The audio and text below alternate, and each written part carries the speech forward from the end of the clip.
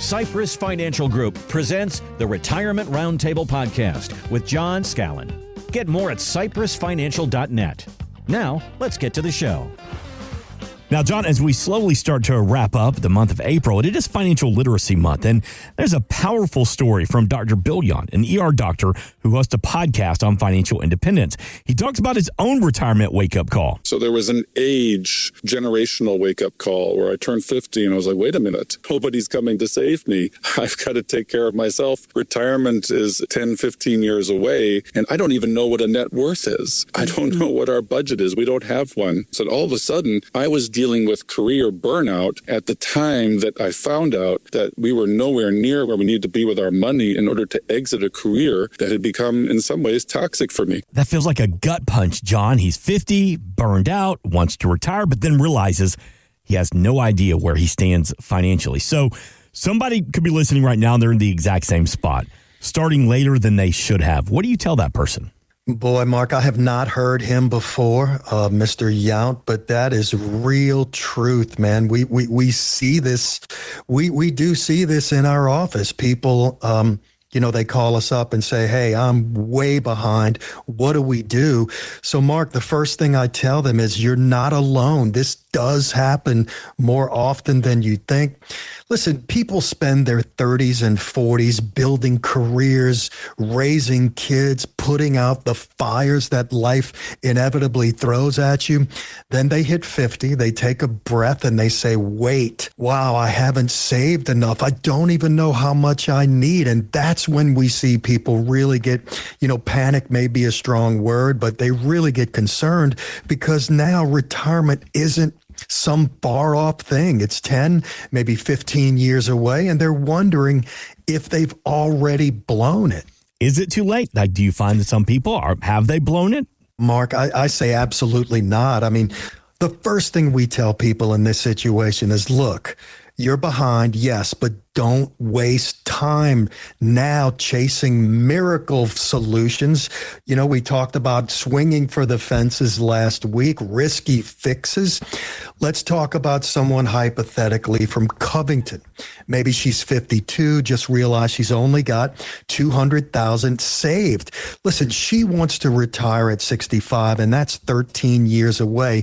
She's really uncomfortable because she knows $200,000 isn't enough. In this hypothetical situation, she starts Googling and she finds an article that says, quote, invest in crypto or buy this hot stock or put everything in growth.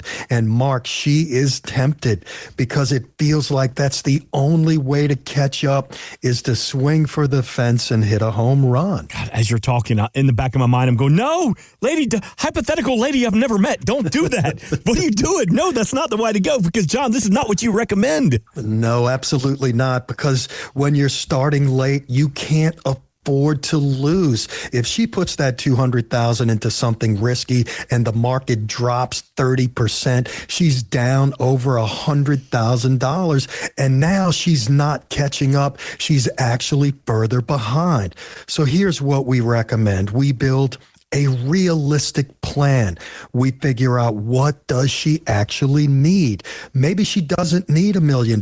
Maybe with Social Security, a small pension, and disciplined saving, she can retire on $600,000. Mark, that's still aggressive. She needs to save hard for 13 years, but it's doable. And Mark, here's the point. We're not gambling to get there. It's all about getting real, getting honest, getting real with the numbers. Exactly right, my friend. I mean, here's the other thing. Sometimes starting late forces you to make better decisions.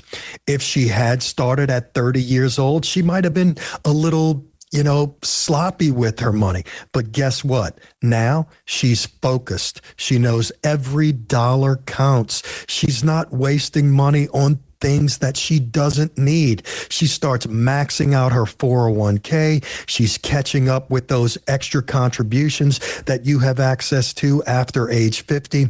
And she's thinking seriously about what she needs to retire. Maybe she can't get there at 65. Maybe it's 67. Just that little adjustment. 2 years of extra saving and 2 fewer years of withdrawals makes a massive difference in her hitting her goals. The young lady we're talking about is obviously a hypothetical situation. We're just trying to paint the picture of the what ifs and the what could. So that's hypothetical. But the reality is, John, to adults out there, starting late may not be ideal, but it's not hopeless. Perfectly said. I mean, right on. You just have to be honest about where you are and build a plan that works. No wishful thinking, no gambling, just disciplined saving, smart planning, and realistic expectations. All right, so I want to talk to the adults out there. They're 50, 55, just now getting serious about retirement. What should they do? What can they do, John Scallan?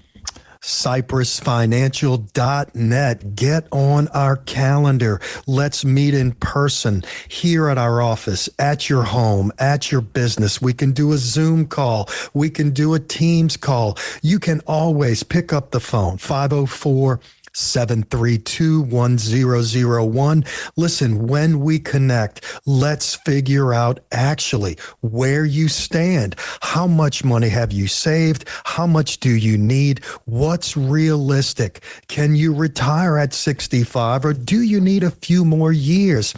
These initial meetings are always complimentary. We'll walk through your numbers and we will build a plan together that actually works, not one that's based on hope or luck or swinging for the fences. Because again, like Dr. Yount said, nobody's coming to save you, but that does not mean that you can't save yourself. You just need a plan and you need to start now.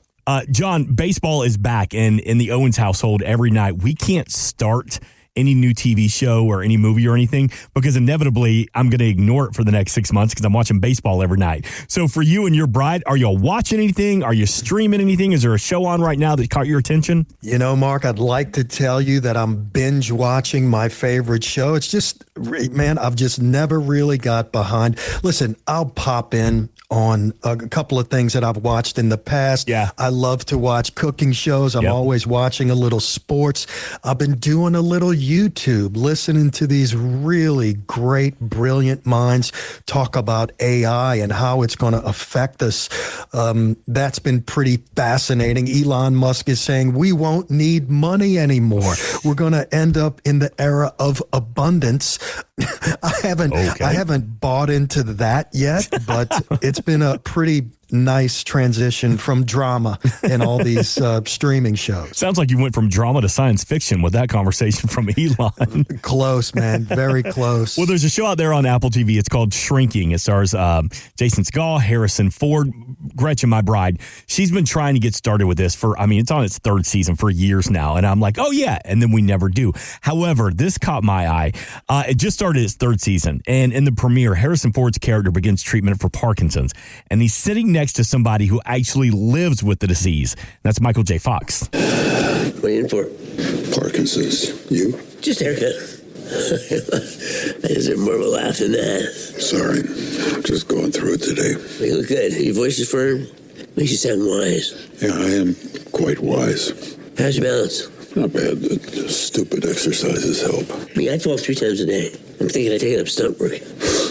John, this is a reminder that serious health issues don't wait for the right time. So when people plan for retirement, why does healthcare cost? Why do they get overlooked so often? Yeah, Mark, that clip you played kind of comes real close to home. I have clients who are struggling with, Parkinson's, some with cognitive decline. I have a family member who's suffering as well. People assume Medicare covers everything, and Mark, it doesn't. Medicare covers a lot, don't get me wrong. Hospital stays, doctor visits, basic care, but it does not cover long-term care. It doesn't cover years of in-home help or assisted living. And those are the expenses that, Mark, many times that can destroy a retirement plan. All right, so help me understand this better. Let's build a hypothetical situation. Give me an example. Mark, let's think about a family on the North Shore. A gentleman, 72, retired, living comfortably, got Social Security. He's got $700,000 saved. He really didn't retire with a lot of debt. I mean, his plan was solid. And then he's diagnosed with Parkinson's. At first, it's manageable, right? Doctor visits, medication, maybe some physical therapy. Medicare actually covers most of it. But Mark, let's just say the disease progressed and in 5 years, he needs help. He can't cook anymore. He can't drive. He needs someone in the house 6 hours per day just to help him do his ADLs, his activities of daily living. At this point, it's about $30,000 a year out of pocket. Medicare doesn't cover this. Now, listen, he's got a great family. His kids adore him, and they're trying to help. But, they've got jobs. They've got family. So, being the great dad he is, he hires more help. Now it's $50,000 a year, and that's coming straight out of that $700,000 that he saved for retirement. Mark, at that rate, he's burning through $250,000 every 5 years. His plan looks solid, but now it's got some real challenges. If I'm understanding correctly, it's not necessarily just the medical bills. It's the medical bills plus all the care on top of it. Yeah, that's really right on. I mean, the biggest healthcare costs in retirement aren't hospital bills. They're daily living expenses when you can't take care of yourself anymore. Hiring someone to cook, clean, bathe you, drive you to doctor appointments, that's where the money goes. And Mark, here's what's just almost tragic. Most people don't plan for it because they think, that's not going to happen to me. But Mark, the statistics, they say otherwise. Here's the real numbers. About 70% of people over 65 will need some form of long-term care. The average duration, according to the U.S. government, is about 3 years. And think about this. That's 3 years of paying $40,000, $50,000, $60,000 a year. But John, how do you prepare and how do you plan for something like that when you don't know how much care you may need and for how long? Yeah, Mark, excuse me if I start pounding the table again, because this is where we talk about the plan. You build it into the plan.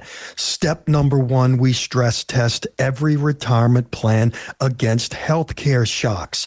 What happens if you need $50,000 a year in care costs starting at 75 years old?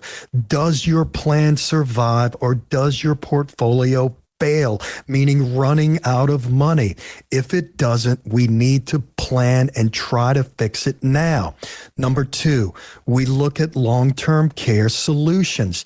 Listen, some people use insurance. Some people set aside a dedicated bucket of money just for health care. Some people plan to use home equity if they need it.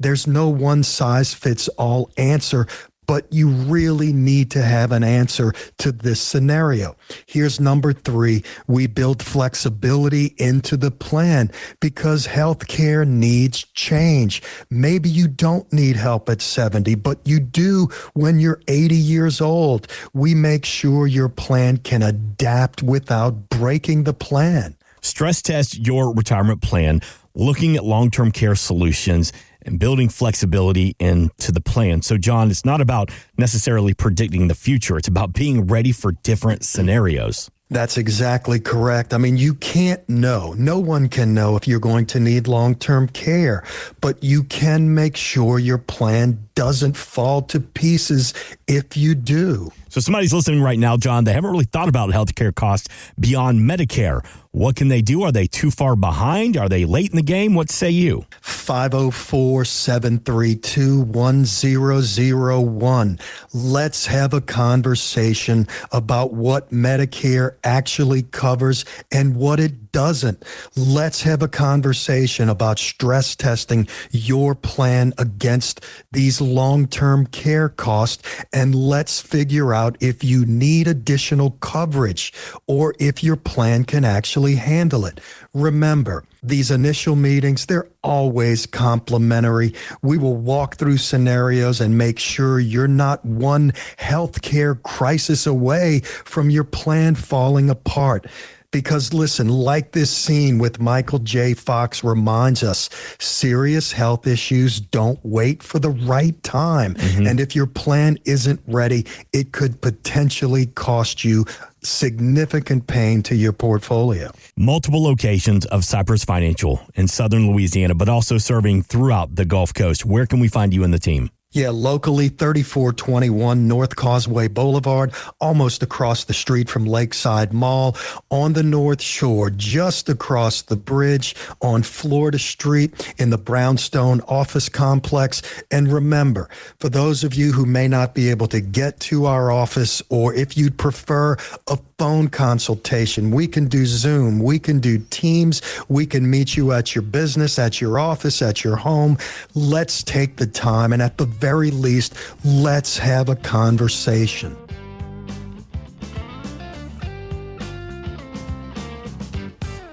Investment advisory services offered through Cypress Financial Group, a registered investment advisor firm. Registration is not an endorsement of the firm by securities regulators. By contacting us, you may be provided with information about insurance products, including annuities offered through Cypress Financial Group, John Scallan, Louisiana Insurance License Number 1064997. The firms are separate entities. Annuity guarantees rely on the financial strength and claims paying ability of the issuing insurance company and are not offered by Cypress Financial Group. Read your contract for restrictions, limitations, or penalties.